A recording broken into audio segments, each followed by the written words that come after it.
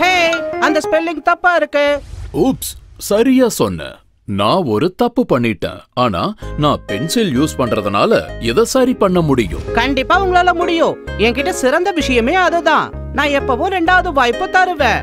உங்க தவறுகளை சரி பண்ண நான் அனுமதிப்பேன். ஆமா, உண்மைதான். இன்னைக்கு ஏன் நாம உன்னை பத்தி பேசக்கூடாது, மிஸ்டர் பென்சில்? இதுவும் நல்ல யோசனை மாதிரி தான் இருக்கு. ஆரம்பிங்க டாக்டர் பி. என்னை பத்தி எல்லா விஷயங்களையும் சொல்லுங்க. என்ன ஃப்ரெண்ட்ஸ், நாம ஏன் இன்னும் காத்துக்கிட்டு இருக்கோம்? இன்னைக்கு நாம பென்சில்ஸ் உடைய கண்டுபிடிப்ப பத்தி பேசலாம். வாங்க போலாம். சரி, பென்சிலை பத்தின விஷயங்களை சொல்றதுக்கு முன்னாடி பென்சிலோட லெட்ஸ எதால செய்யறாங்கன்னு நீங்க சொல்லணும். என்ன யோசிக்கிறீங்களா? கம் ஆன், உங்களோட மூளைக்கு கொஞ்சம் வேலை கொடுங்க. ஓ எஸ், சரியா கண்டுபிடிச்சிட்டீங்க. பென்சில் லெட்ஸ் கிராஃபைட்டால செய்யப்பட்டிருக்கு.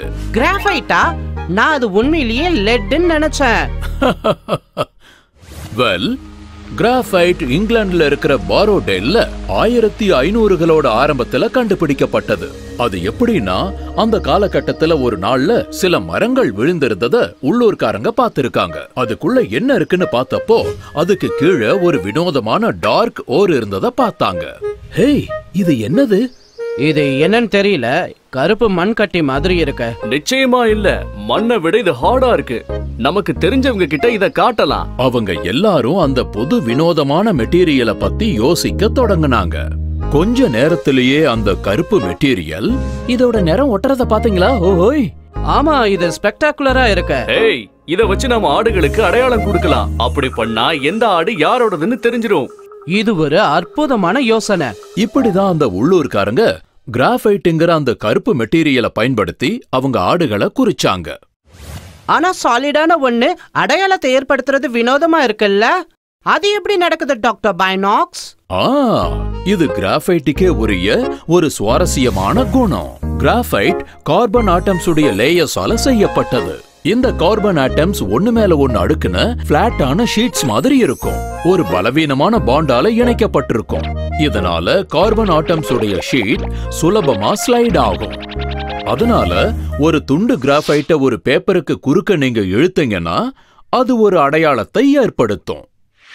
வாவ், சாதாரணமான ஒண்ணுக்கு பின்னாடி இவ்ளோ விஷயம் இருக்குன்னு யாருக்கு தெரியும்? ரொம்ப சரியா சொன்ன நண்பா. ஒரு கிராஃபைட் குச்சிய பயன்படுத்தினா கையில அழுக்கு ரொம்ப ஒட்டுதுன்னு தெரிஞ்சதுக்கு அப்புறம் அந்த கிராஃபைட்டை மூடுறதுக்கு அவங்க நூல் அல்லது துணிய பயன்படுத்தினாங்க. அப்ப மரத்தை பயன்படுத்துற யோசனை யாருக்கு வந்தது? ஒரு இத்தாலியன் கப்பலுக்கு 1560ல இந்த அற்புதமான யோசனை வந்ததா நம்பப்படுது. இருந்தாலும் 1795ல நெப்போலியன் படையில் இருந்த ஒரு ஆபீசரான நிக்கோலஸ் ஜாக்ஸ் கான்டே இன்னைக்கு நாம பார்க்கக்கூடிய ஒரு பென்சிலை உருவாக்குனாரு. இந்த ப்ராசஸ் ரொம்ப சுலபமானது. அவரு தண்ணீர், களிமண் அப்புறம் கிராஃபைட்டோட ஒரு கலவைய 1900 ஃபாரன்ஹீட்டுக்கு சூடு பண்ணாரு. அதுக்கப்புறம் ஒரு சின்ன மரத்தால அத கவர் பண்ணாரு. கிராஃபைட்டே நல்லா வேலை செய்யும் போது இந்த மிக்சரை எதுக்காக உருவாக்கணும்? இந்த மிக்சர் வெவ்வேறு விதமான பென்சில்ஸ உருவாக்க அவருக்கு உதவுச்சு. மிக்சர்ல களிமண் எவ்வளவு அதிகமா இருக்கோ பென்சிலோட ஸ்ட்ரோக் அந்த அளவுக்கு லைட்டா இருந்தது. அண்ட் இப்படிதான் HB ஸ்கேல் உருவாக்கப்பட்டது. Trivia time. HB ஸ்கேல்ல Hங்கிற எழுத்துக்கு ஹார்ட், Bங்கிற எழுத்துக்கு பிளாக்னு அர்த்தம்.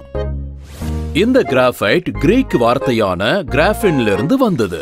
அதுக்கு அர்த்தம் எழுதுறது. சொல்லுங்க நண்பர்களே, கிராஃபைட் எங்க கண்டுபிடிக்கப்பட்டது? உங்க மூளைய நல்லா கசக்கி சரியான பதில கண்டுபிடிங்க. அதுக்குள்ள நான் போய் ஒரு ஸ்கெட்ச் பண்றேன். நானும் வரேன். இன்னும் ஆச்சரியமான தகவல்களை தெரிஞ்சுக்க தொடர்ந்து பாருங்க. இப்ப நாங்க இங்கிருந்து கிளம்புறோம்.